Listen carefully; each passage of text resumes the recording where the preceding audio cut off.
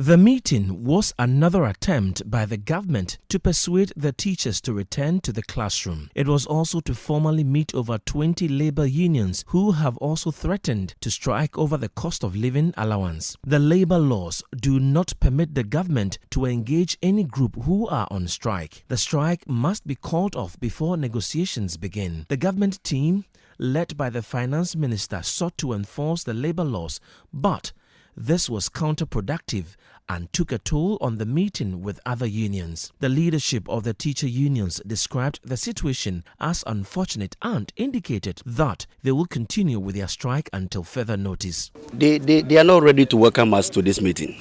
Meaning what? Yes. They do not want to welcome us to this meeting, and we cannot begrudge them.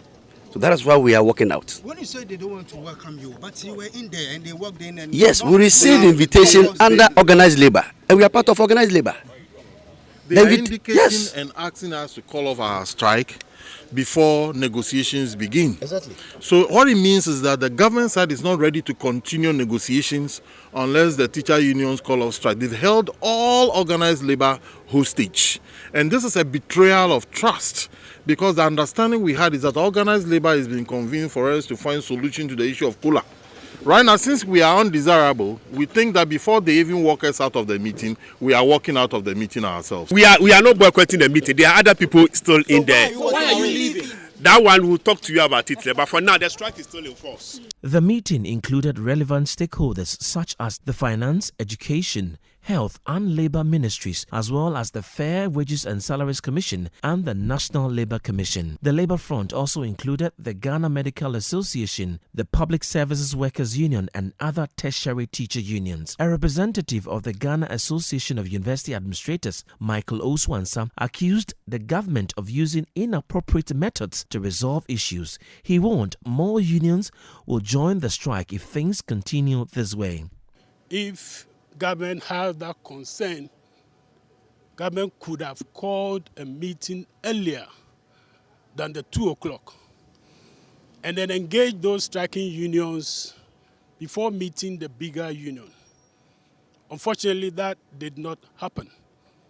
And so organized labor thought that the timing we had is a timing for everyone. So to ask the striking unions to step aside before conversation begins was not acceptable to organized labor. Labor is very dissatisfied, and for me, my fear is we may have more other unions joining the striking unions, because it appears that appears to be the conversation government understands.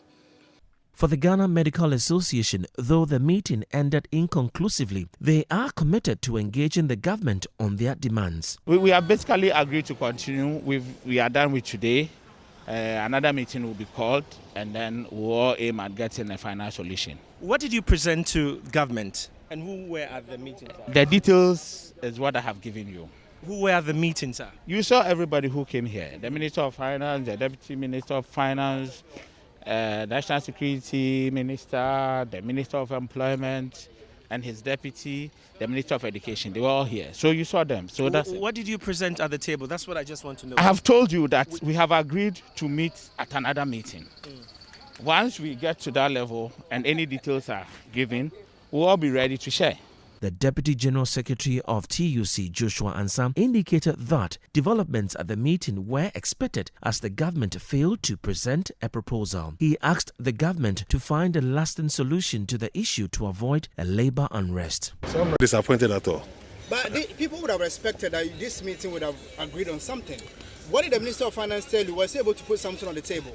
No, I know you weren't in the room. Yeah. Nothing was put on the table. And we want the betterment of our people and want very good things for our people. So any meeting that couldn't end today, we are sure that at the next meeting, maybe something good will come out of that. One of your arms is off. That's the teachers. They have decided not to call off. Are you disappointed? No, I'm not disappointed at all. Because you see, today's meeting was for organized labor. It wasn't for teacher unions meeting. It was organized labor, and organized labor include all the teacher unions and all other sector unions. So if you say that you want to deal with teacher unions in this matter, a matter that affects all workers in this very country. I don't think it's fair. So I'm not disappointed that they went away. I want government to actually find solution to this issue, to avoid further actions from other sector workers of this very country. The Deputy Minister of Employment and Labour Relations, Bright Rekubrobe, described as unfortunate the walkout by the teachers after an early appeal for them to reconsider their industrial action. Although he could not give timelines for the next meeting, Mr. Rekubrobe was however hopeful more engagement will be held to resolve the impasse. Organized Labour suggested that we adjourn the meeting and do more talking for them to call up the strike, and then we start the negotiation. So that is where we are now. The call was from Organized Labour for us to adjourn so that we do more engagement. They themselves are going to talk to the teacher unions. We ourselves will also do same, and then have a meeting, start negotiating for a better conditions of service for Ghana workers. This will be the second time such an occurrence is happening in the month of July. I am Kojo Ajiman reporting for City News.